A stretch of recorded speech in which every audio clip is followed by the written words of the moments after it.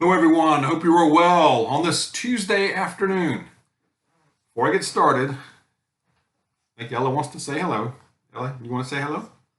You want to say hello? Get a little puppy time in? Yeah? You want to say hello to everybody? Say hello. Look at the camera. She's like, nah. Say hello. All right, are you done? You gonna stay with me? You always do. Okay, all right. All right. Okay, down you go. All right.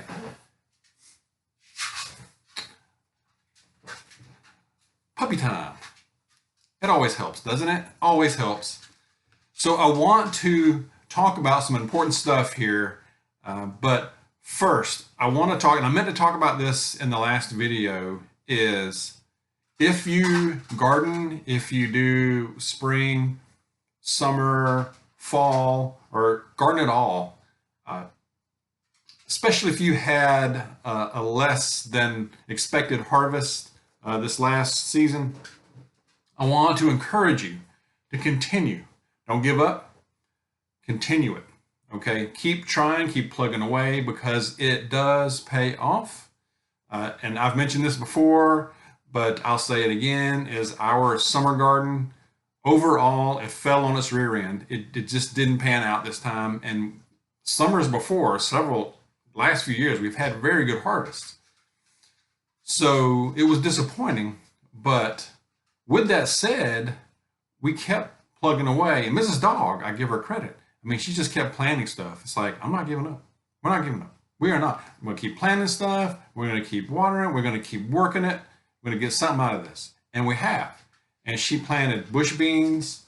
She planted crowder peas and kept planting just regular green beans. Okra kept coming.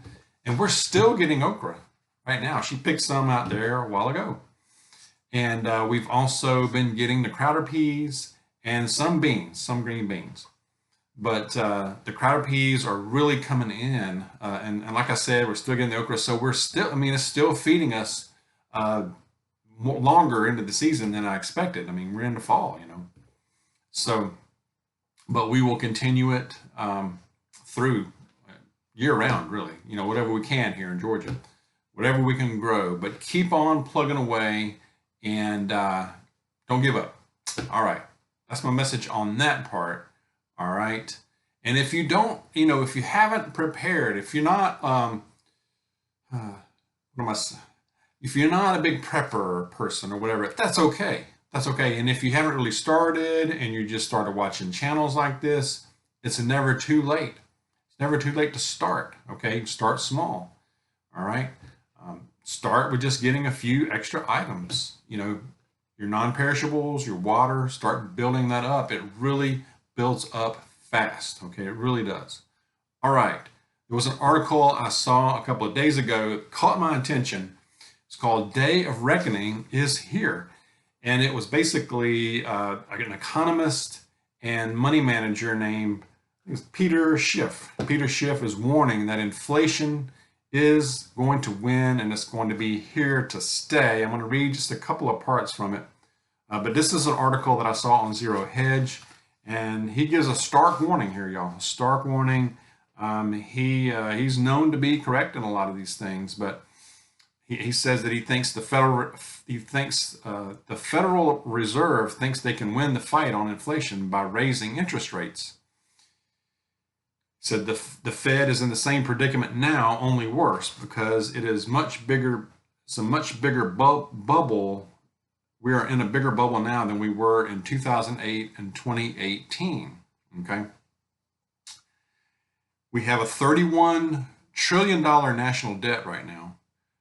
If the Fed got up to 5%, how is the government going to have to spend? How is the government going to have to spend 1.5 trillion a year on interest payments on the national debt? It's impossible. And I'm just reading a couple of excerpts from it. He says, what needs to happen probably won't happen. Stop monetizing debt and stop printing money. I mean, basically he is saying, and the way I sum it up is stop printing money, stop spending money and cut spending. And the government, doesn't do that. I don't think they can help themselves. But until that happens, this will not get better. It's going to keep going, and it'll be here to stay. Like he said, I think I agree with that. But yeah, he made some good points. He says you're going to get guaranteed higher inflation. They don't realize inflation is getting worse. It's a sign that the Fed is losing, and eventually it will surrender. Inflation will win, and inflation is here to stay. That's what he said. Quote there. But yeah, I think it comes down to that: printing money, spending money. Like, it can't stop spending, of course. Neither side of the aisle can do that. They can't stop spending, and they can't get a real budget, balance one, and cut spending. It just won't happen. Now, if we ran our households that way, we would be homeless a long time ago. So if you ran a business like that, be long gone, right?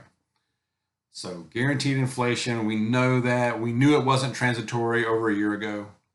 Complete lies. So, but they continue to lie to us. Also, like I mentioned in the last video, when I started off saying I'm mystified at how the people are doing it, driving the nice big trucks. I mean, there's a lot of them. You see a few, you see a lot of them. Bars, restaurants still packed in a lot of places, not everywhere, I know. And it's like, a lot of people, and I know a lot of you shared the same thing, is like, how are they doing this? I don't know. And I believe, and a lot of you were saying credit cards is a lot of, now there's going to be that segment of population that has the money, and they're going to be not going to be affected by it. Even with inflation, it'll affect them a little bit, but even with inflation and depression could happen, and you're going to have that segment of the population that can still spend like that and not be, they can still do it. That's going to happen, but I think a majority of these folks are living on the credit cards. They're just running on it, and they figure that it's going to get better, that things are going to turn around. They'll never lose their job. They'll never get laid off. They're going to keep getting promotion. They're going to get a promotion or whatever. They're promised this and that. They're thinking stimuluses are coming. It's not coming. So I believe the effects of it are going to be felt more as this keeps ramping up. 3-6 months and a year. What will it look like a year from now? I think we could be looking at a very different landscape. It could be a scary landscape. It could be one where a lot more people are going to, and I know a lot of people are going to probably file a Chapter 11 or 13, whichever one it is, bankruptcy. But that takes out, that ruins your credit for years. So, but I believe the majority of folks are living it up on their credit cards, and I think they're going to be in for a rude awakening, okay? Because they can't pay it off, and the interest rates just keep going up. The average rate on credit cards, right? Interest rate on credit cards right now is up to 18.45%, y'all. That is crushing. It is crushing. And two things: stimulus, it's not coming. Most likely. They're long gone. The stimmy checks are long gone, and people's savings are being depleted. They have no net. So majority of people in this country are one flat tire or one broke down car that requires a $600 repair. They're done. And that's a personal SHTF situation for them. So, and it's very common. Unfortunately, I think that a repo man is going to be busy. Very busy, and they're going to get more busy as we go forward. Layoffs, they're already happening.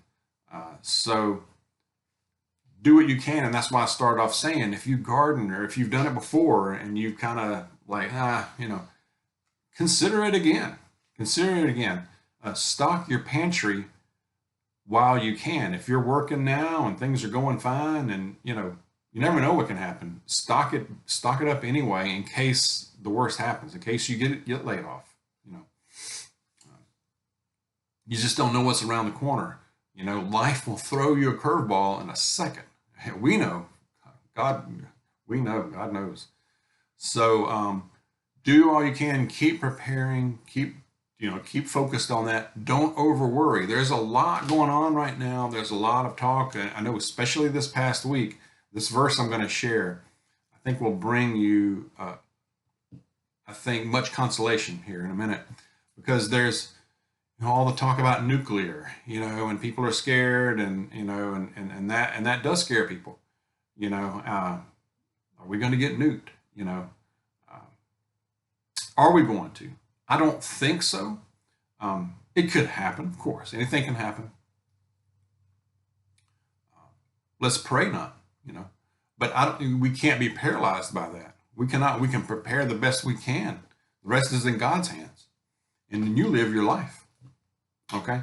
That brings me. I think that's a good.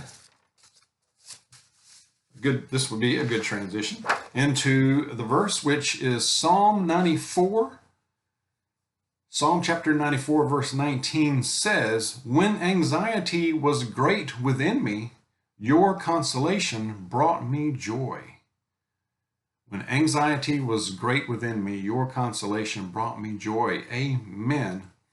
No matter what we think of ourselves or how we're disappointed in ourselves, and we can be our own worst critic many times. I know a lot of you can probably identify with that. I can. We can always run to the Lord. We don't have to go through all this alone. We don't have to, it's not all on us, not supposed to be that way. We're supposed to let the Lord our God and Jesus, follow Jesus, and let Christ be our light and our leader, and we follow. He's the pilot, and we follow him. But he is there, he is there every step of the way. We just have to remember to pray and keep that walk going, keep that relationship going on our end too. Okay, he's going to be there, but we have to come to him as well. So, and accept that.